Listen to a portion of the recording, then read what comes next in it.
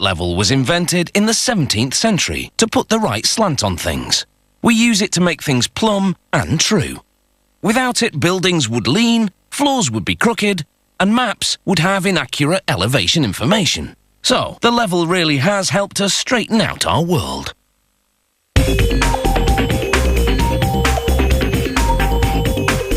It's a centuries-old concept, but it still measures up. Centering the bubble in the spirit level helps ensure you've done an even job of things. They start with a length of laminated birchwood. An automated router carves several holes in it. 3 of the holes will enclose the vials with bubbles. 2 others will serve as hand grips.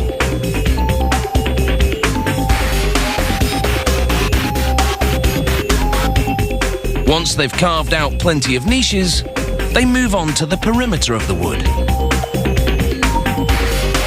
They cut grooves along the length of the wood to install a brass binding. But first, they unwind the binding into a forming machine.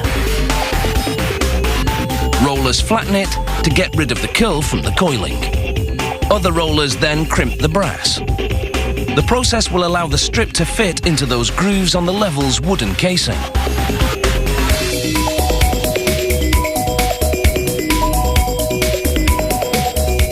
They load pieces of the brass binding into a machine that slides them into the grooves. This gives the wood some reinforcement along the edges. At another station, a machine melts and molds plastic to make vials. Each one is slightly curved inside, so the bubble will have a place to sit. The vials wind their way through a vibratory feeder. It takes them to a gripper that rotates each one so the open end faces up.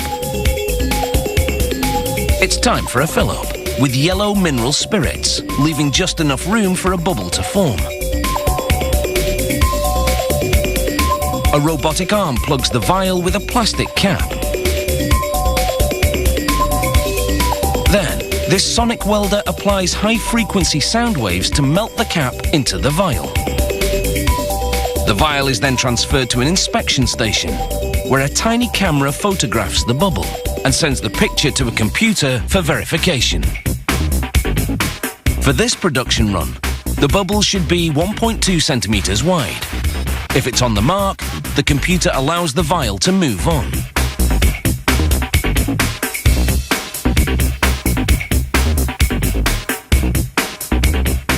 A printer head then hot stamps the center marks onto the vial. But this spirit vial isn't quite ready. The next step is to bake them for 24 hours. The heat exposes flaws and the defective vials are ejected. Then they shine a bright red light onto a vial to illuminate it as it slowly spins between rollers. A camera photographs the bubble and a computer scans the image to check for shifting. Too much shifting could compromise the level's accuracy. The vials that pass the test then go into a moulding system.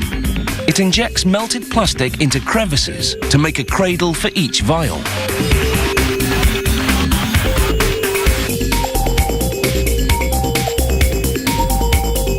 Next, a technician glues the cradled vials into the openings in the wooden framework, 2 to a slot.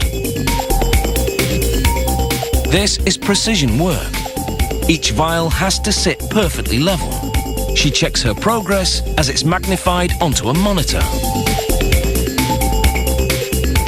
Some vials are installed vertically to gauge if the verticals are plumb, while the horizontal ones let you know if the horizons are level. They fit acrylic-rimmed windows over the vials to protect them.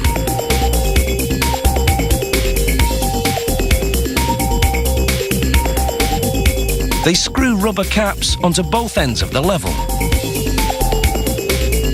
and give it their trademark stamp. Now these levels are ready to fight crooked construction.